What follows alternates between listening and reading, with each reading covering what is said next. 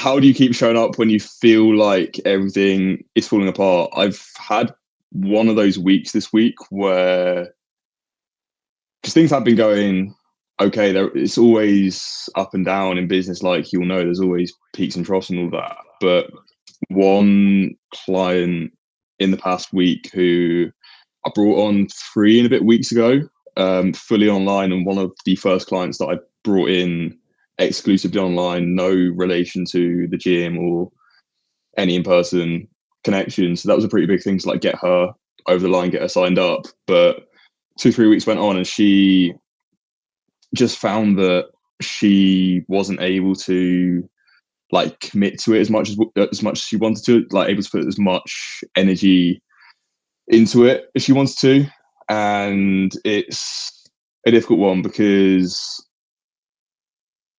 I think a lot of people in anything want to be able to like give 100% to something. If they can't go all in, if they can only, because she had loads of stuff going on with life and kids and work and just busy and not much mental space to put towards the stuff, which is obviously why a coach comes in and gives them the plan for them. But she wanted to give it everything, and I think she had expectations of, if you can't do it as perfectly as you want to in her mind, then there's no point of trying at all. So I was trying to like convey to her that it's not about being perfect and all that and XYZ. And yeah, she messaged on Friday saying that she had like basically had enough of it and just wasn't working for her. Which I'm one of those people where if a client wants to cancel, that it almost feels like an attack on yourself, where because the business is so closely tied to who you are, at least for me, it feels like they don't like you and they don't get on with you personally. But I know for a lot of people, it might genuinely just be that coaching, either we're not the right fit or it's genuinely not the right time for them to have a coach, or they're not ready for a coach. She needs to go away and try and figure things out on her own, maybe only to realize that she needed the coach all along. But it's just felt a bit for me recently that essentially there's been more people. Not that there's loads leaving, but I don't have loads coming in right now. And when people start leaving, it's making me think more about how I can improve the way that I'm delivering stuff, and also how can I bring in more of the right people, because there might be an element of I'm not doing enough of the right stuff, but then also am I bringing in the right people who are ready and qualified to go for it. So it's both of those. But I think something that would be good to get onto today is talking about like the importance of focusing on the things that are in your control, because you can't control other people. You can only do the best that you can, and then just you've got to actually leave the outcome to go where it goes. You'll just got to trust that if you do the right things, you keep learning, keep improving, which is what I'm trying to do, that things will get there in the end. Yeah, it's mostly about the daily actions, and I mean that's how it goes with business and entrepreneurship. You're just gonna run into those tough months that things aren't going exactly how you planned, and it's up and down, as you say, and you just got to stick through it, and you're gonna eventually find that, well, that's where most people would give up, and they would be like, okay, this doesn't really work, so I'm just gonna quit. It's just but that's not how it works, that's how most people who do actually succeed in the end, they're the ones who stuck it out during the hard times, when they lost clients, when they weren't getting any new leads. They just kept doing what they needed to do, because they always kept in their mind the the end vision and the end goal in their mind. And I think that's really important to keep reminding yourself about the why you're doing it, why why it's important to you, and not to not to give in. Never give in. Keep keep going. God, this is turning into some motivational speech, but it's Keep it real going. because most people will like drop off, right? In your situation, and that's why there's so few people who succeed in comparison to the ones who are at the top. So that's the difference there is the perseverance, persistence, consistency, just that unrelenting, unwavering dedication towards your craft because you've always kept in your mind the why and why it's important to you and why it should be done and why you need to do it. And yeah, how else how do you personally deal deal with that with this situation? Yeah, I think what you said about this is where most people give up.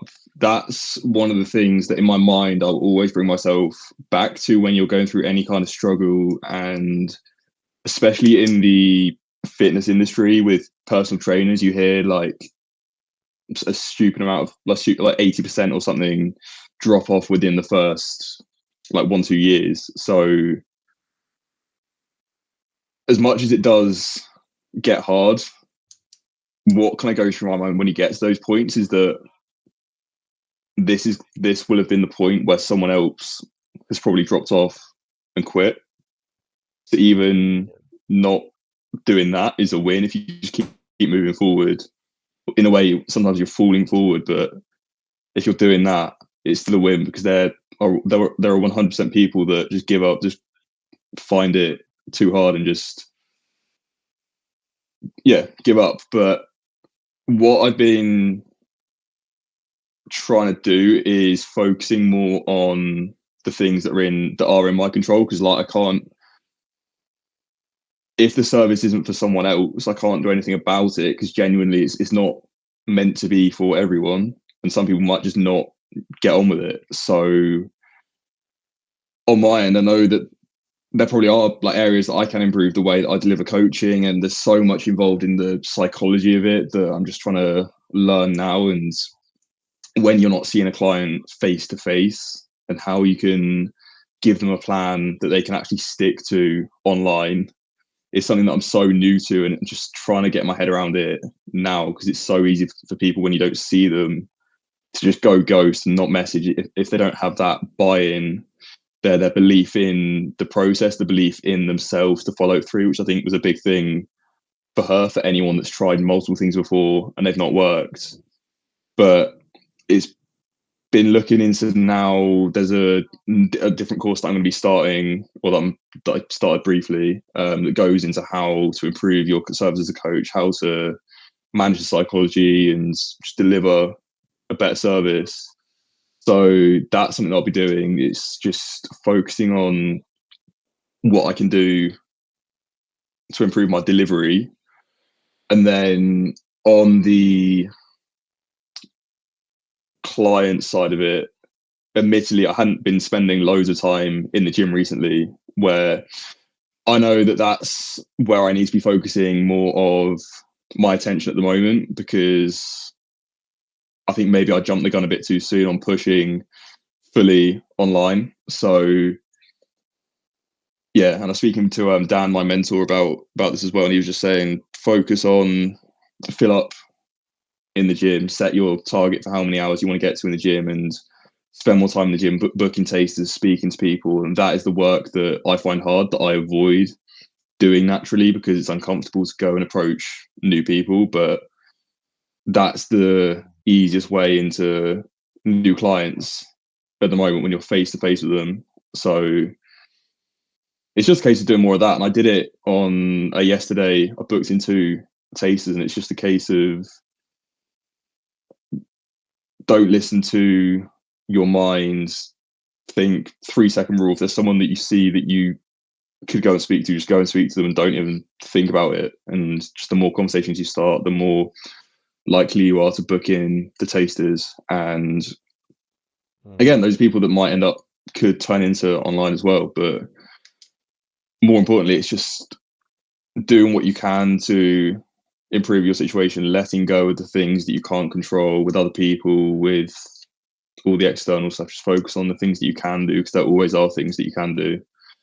And that's kind of where I'm at the moment. And mentally, feel so much better now that I've let go of thinking about other people, just focusing on what I can do right now. And I think that's important for anyone. Have you considered offering low ticket, like a low ticket product that could also, once someone buys like a cheaper course or product and they like it, maybe they are more inclined to purchase something more high ticket, like your coaching services. Have you ever considered that? I did before I joined this mentorship that I'm in now. What they recommend is you run free workshops, free challenges, and like their kind of funnel is it goes from like the DMs to um, booking a call or getting them into a free challenge.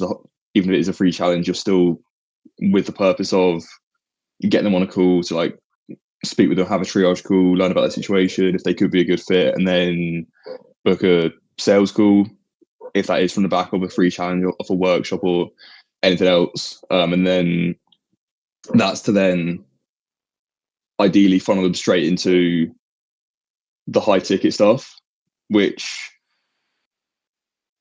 at the moment that's what I've been doing just because it's what they've been recommending.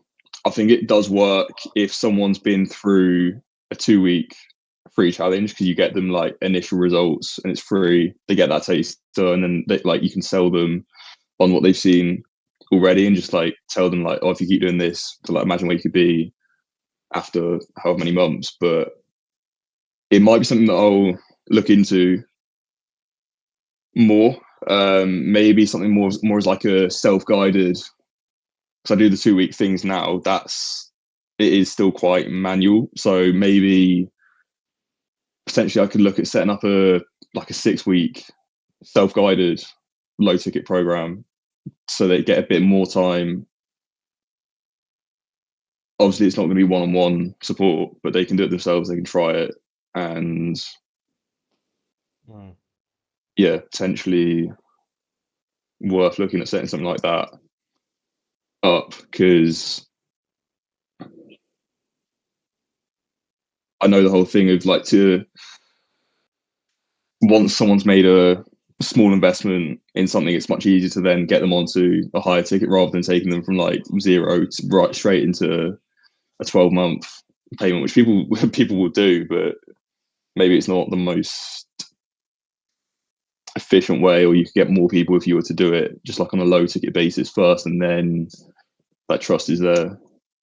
Exactly. The trust needs to be built before they, most of the time, before they commit to a 12-month program or something, because that is a big commitment. And yeah, So what are you working on, or have you been working on this week? as I mentioned last week, I was working on that lead magnet, and it's almost done. Things got in the way, but it's almost done. And we'll start farming emails, and then yeah, it should be pretty exciting. One of my reels popped off as well quite a bit, which that was a big win. Got a lot of followers from it, and lots of good engagement.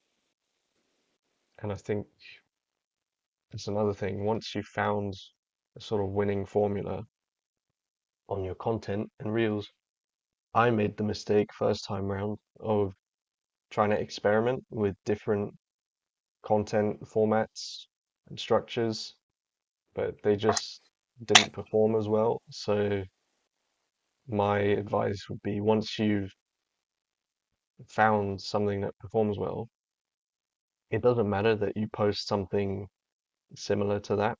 The the the structure works and it performs well. It's not going to be shown necessarily to the same people. The algorithm will push it out to a new audience.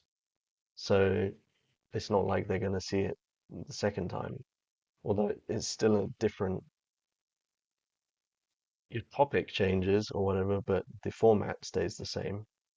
And that's what helps compound what, if you're trying to grow on Instagram or YouTube or whatever, that's something I learned is to, once you've found a winning format, just run with it and keep doing it. I think that's what you did with when you were reacting to, or when you were like redoing those recipes that people were showing. That helps a lot. Yeah, 100%. And even like still doing that now, I think, because they did bring in a big influx of new people, and even though, because to me it doesn't feel like this, it might feel in a certain way that you're doing the same thing again and again, and people might not want to see that content from you. But if a load of people have followed you for a certain style of thing and you do it again, like you say, slightly making it slightly different, like a different recipe or a different, switching up slightly but keeping the general format the same, people are going to like that because that's what they came for, so they're going to keep watching for that stuff. So Yeah, that's a good point. They they follow you because they liked that style of content, so you should keep making it. yeah, which is where, like, for me, it's good to have that, but then it's also not forcing myself into a hole of just being a recipe guy. Like, I want to stay broader than that. Like that, I want that to be just one of the things alongside everything else. Because I think if you do just the viral thing, you become known for a certain thing alone that you might not want to be just that. And then kind of what I found, like anything outside of that now, like posting gym content has been a lot harder, or just feels less relevant compared to doing all the recipe stuff, because that's what most of my audience knows me for. So Yeah. like still, yeah, still keep it balanced, but if there's something that works well, just do it more and more, make the most of it, and just ride the wave. I guess, yeah. But then when it comes to actually monetizing that audience, you want people who align with your content, like whatever it is, because humans are multifaceted. They're not just gonna post one type of content, and then the consumer isn't just gonna consume one type of content. If they align with who you are as a person, you have different interests, you post about different things, that the ones who enjoy watching all your stuff, they're the ones who are gonna actually buy your stuff. They, it's, yes, the viral formats help for reach and building up a solid foundation and audience base. But as we've heard, like many people have said, you don't actually need millions of followers or whatever to make a good amount of, yeah, a good income from online business or content creation. You just need a loyal following basically who likes whatever you post, and then whatever you do decide to push out, they'll be more likely to invest in it. And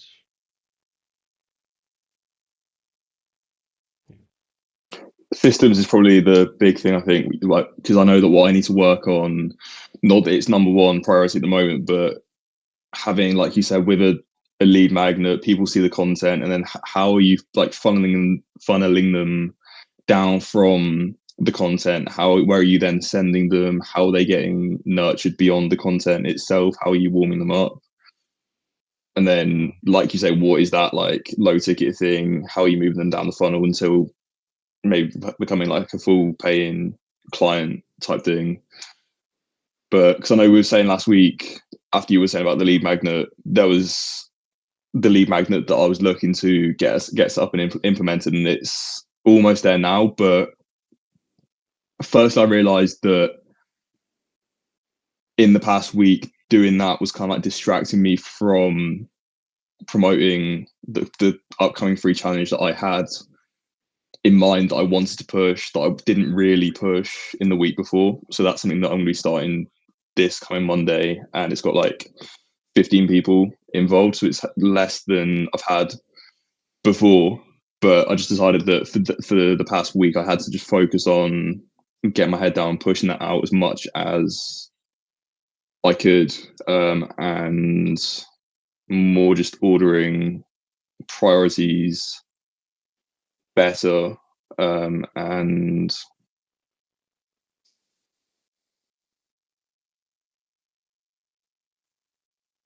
I think just figuring out what's most important, because definitely for me, there's a lot of things that are easy to get caught up in that don't really offer any return. And it's like busy versus productive type thing where you're maybe a lot of time I was busy, but what return am I getting? What am I doing with that time? What's the output that I'm getting? So yeah, it's been kind of more focused on that. And then maybe something we can get into is the thing on like time off, time to rest, recovery, which I've actually started to lean in a bit more into this week, and definitely feeling the benefits of that. That's good. What's your sort of your schedule operation? Nothing massive at the moment. Firstly, within my gym sessions, because I would let my phone and messages and stuff get in the way of my own training, which is like, I know it's not good anyway, but all of the work stuff felt more urgent. So I've made the effort now to just, when I'm training and nothing else gets my attention. And then after training, I've started getting back into doing more stretching again, which is almost like on an app called Pliability, where it's kind of like yin yoga, I think they call it, where it's like more like mindfulness. You're just holding stretches for like 2 3 minutes, and beyond any benefit, it's just nice to just hold it and treat that as almost like a meditation type thing. So I get that like in the middle of the day when I'm training, and just making alongside that 10 minutes meditation a day non-negotiable. And probably the other thing is having like a set cut-off time at night. Like when it gets to a certain time, I just switch off, because I know that any time that I put in after that is going to impede on my sleep, which then impacts the next day. And if I'm more tired the next day, my output is lower, so then I'm going to get less return on the time that I put in. So it's definitely has been a case of just like learning to slow down. And when you do slow down at times, you then get more out from the time that you put in. Yeah, you got to realize that probably those last couple of hours before bed of work are not going to be as productive as if you had just left it, gone to bed early, got a good night's sleep, and did the work first thing the next morning. Those that work block would probably be a lot more productive and efficient than kind of trying to white knuckle it out late at night before bed. Because, and that's another thing, sleep. I've also been prioritizing more lately, just because, as we mentioned last week, I had done a blood work test to test my testosterone and got the results back. What they found was that my testosterone's good, it's high, but the free testosterone is sort of just in the normal range. It's like it should be higher relative to my test total testosterone levels. And a big thing to improve that is, yeah, sleep, making sure that you are being disciplined about cutting off your late night work blocks and just realizing that you're going to get more done if you just sleep early, and you're going to get more done the next day, the next morning. And I found that to be true, definitely. I've had more energy. I've just overall mood's been much better, been much more positive and more stamina just throughout the day. Definitely have noticed that. Sleep was not the only thing I did. I started taking boron because boron also helps to increase your free testosterone because basically my SHBG levels were super high. And what SHBG does, I think we mentioned it in the last episode, but if you don't know, it binds to testosterone, so that stops it from being used and being available to use throughout your body for various processes, including muscle building and just general energy levels. So, boron is another compound or mineral, I should say, that helps to lower your SHBG levels and increase your free T levels, which is what matters most, more so than the total testosterone levels. And I've also ordered a bottle of Tongkat Ali, which is a Malaysian herb that there's been various research studies. There's a ton of research on it that shows that it also increases free T and decreases SHBG. So I know that's a problem for a lot of young men, and I suggest you get your levels checked just to see where you're at. You might be completely fine, you, or you might have a problem like me where your total testosterone is good, but your free T is not so available. And so those are the two things, or three things I should say, that I've been doing: sleep, boron, Tonka Ali, and I guess I'll update in the next week's episode, how I feel. But so far, so good. Very more energetic, better mood, just more calm as well, more certain and confident, just out and about. And yeah, that's a big thing that I think we should push for other guys to optimize as well. It's huge. It's really making a big difference, actually, for me personally. For confidence, it's Yeah, yeah. yeah. Confidence, certainty, just not being afraid, not really caring what I used to be quite anxious when ordering stuff from in the restaurant, or like just talking to people at the shops trying to, I mean, it wasn't terrible, but over the years it has gone better since I've been taking better care of my health and optimizing, taking all the right nutrients, vitamin D, magnesium, zinc, definitely helped. And but now as well, I'm taking it to the next level. I'm really, I mean, this should have been done a long while ago, but I'm really dialing in the sleep now, and also supplementing with some more niche trace minerals like boron, and then the herbal supplements that's been used for hundreds of years, Tonkat Ali. That's I think that's what's gonna dial it from normal functioning, normal, and to optimal, like super high, pretty much like super physiological levels of T. Not quite, but towards there.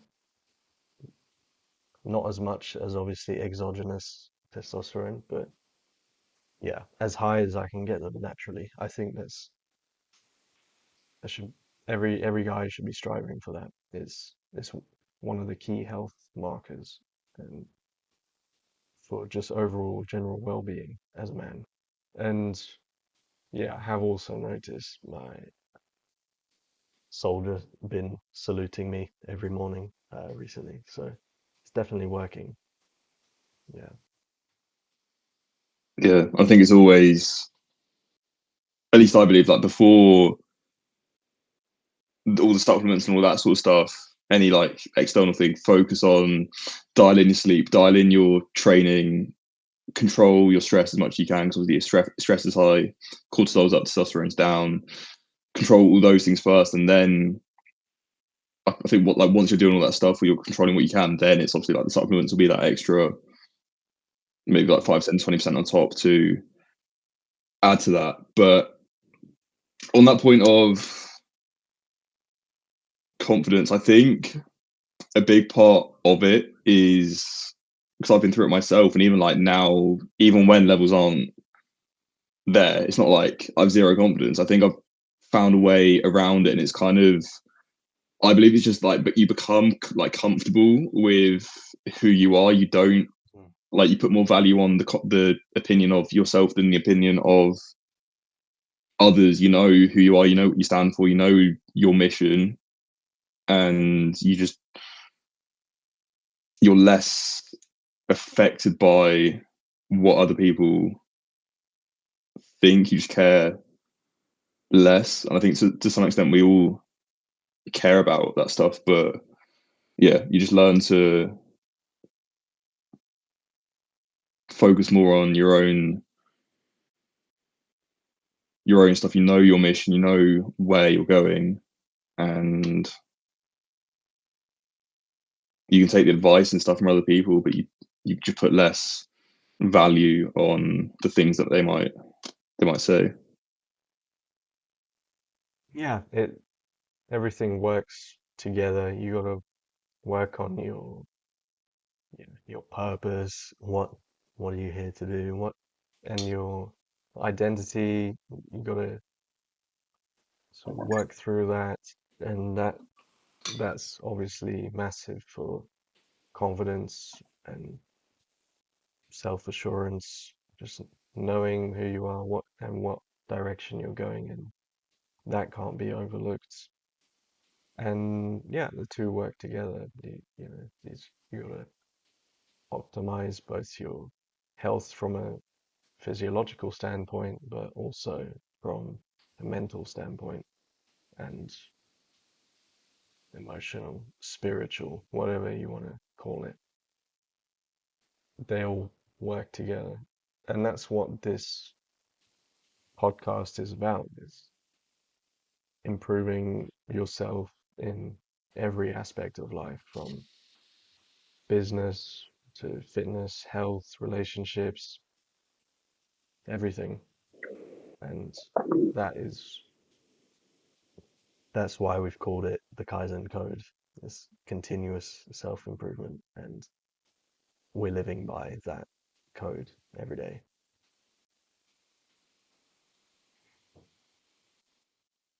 I think on the spirituality point, because I don't think we've covered it loads up until now. I guess that kind of plays into the whole thing of like work and rest. Like it's good to go hard and work all the time and be focused, but I think that time out is helping to connect yourself more to,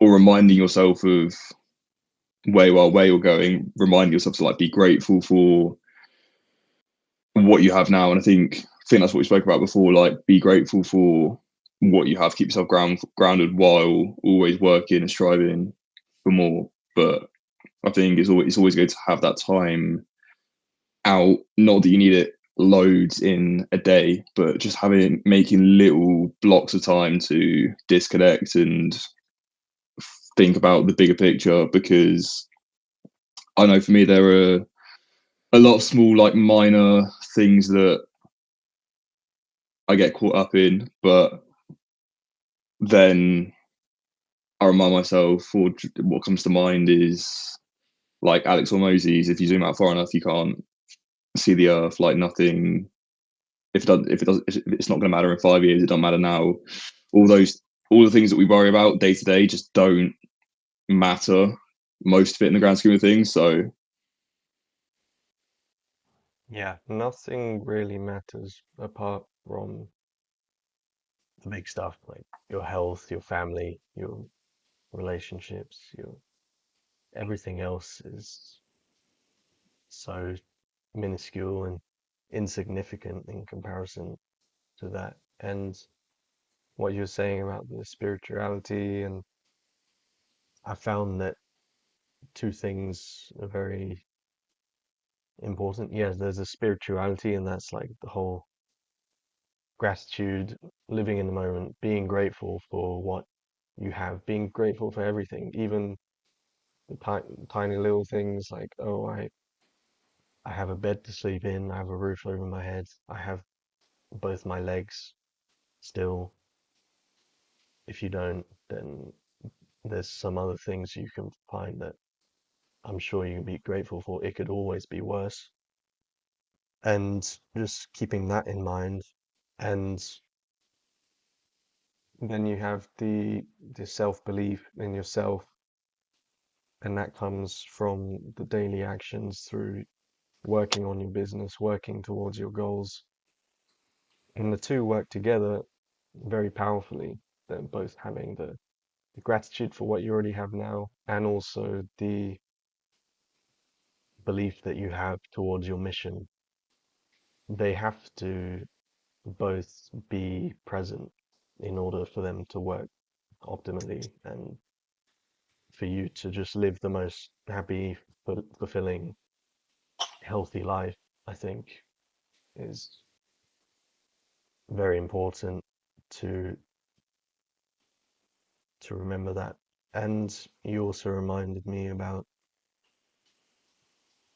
taking that time throughout the day, even just 10 minutes to yourself, not worrying about work or anything, and not letting yourself get stressed, not overthinking about things. And for me, I feel I can easily do that because I'm not always focused on work. I don't always feel the need to be productive. Like when I'm out for a walk, I'll try not to listen to any music or even podcasts or whatever. I'll always just be present in the moment, listen to the leaves rustling, the birds chirping, the sound of your feet running through the grass, and just everything being more present. And that's a big thing for stopping yourself from having dopamine overload, and then that makes your ability to um, focus on actual work tasks more difficult because you're always needing to be stimulated, and um, you're always needing to have something going on in the background. So it's very important not to overload your dopamine receptors or system with constant stimulation, and just being okay with the silence, having time to listen to your own thoughts. I think it's especially important when you're going through times where you feel like stuff's harder, stuff's not going the way that you want it to. like I mentioned with the stuff that I've got going on now, but taking the time out, it helps to kind of disconnect you from the little worries that ultimately don't matter, but because it sometimes feels like you'll make like one step forward and two steps back, but at the same time, when you can ground yourself and refocus, you remember that like failure is a good thing. No matter what happens to you, you're like failure is always the stepping stone. It's making you a better person. It's teaching you new lessons. So you're not going back anywhere. You're no worse than you were the day before, even though like objectively it might look and feel that way. You've still got more lessons and more experience that you've taken from that you can take forward. So even though it feels like you're like regressing, you're not. You like if you're taking the right actions, you're doing what you know you need to do. You're still moving forward, even if stuff outside isn't going that way, or if it doesn't feel like the results are coming yet. Just focus on doing the right stuff, and you are moving forward. And taking time out as well, like just taking time to pause and stop and reflect. I think it's so important to be able to make better decisions, because if you're down in the weeds all the time, you're focused on doing the work, which is important, but you need to figure out like what is the right ladder to climb, because you don't want to be putting loads of work into something that's not going to give you any payoff. And it's quite easy when you get stressed, overwhelmed, and you feel like things aren't working, that you go and chase something that's new and shiny, and you think that's going to be the thing to pay off.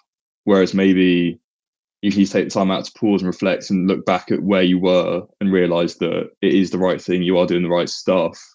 You're just going through maybe like a harder patch. You need to like keep working through it. So it's always important to take that time out to just clarify that you are working on the right stuff and just keep moving forward. Because you can get really caught up in your own head and not actually your creative output gets worse because you're always trying super hard to work as much as possible all the time without giving yourself any kind of rest or even different perspectives by changing your environment or taking a break out, going somewhere new, talking to someone new, and you're just constantly always trapped in your own little world that's kind of holding you back if you're always, if you can't let yourself step away from it for 10 minutes.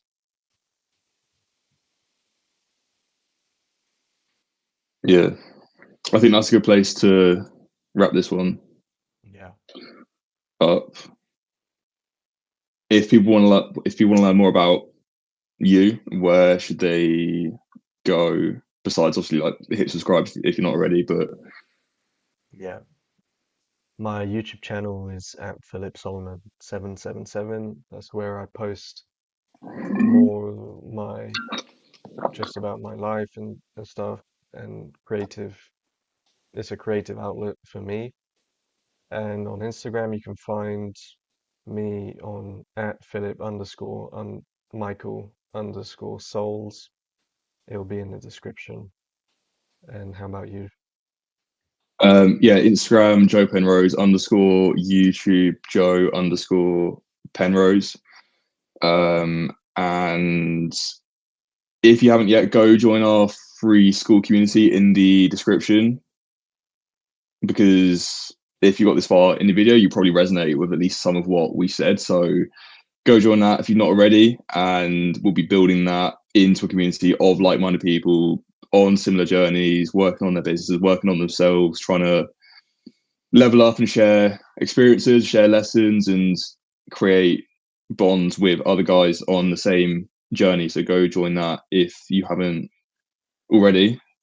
But it was good to talk again, and we'll see you in the next one. Talk soon.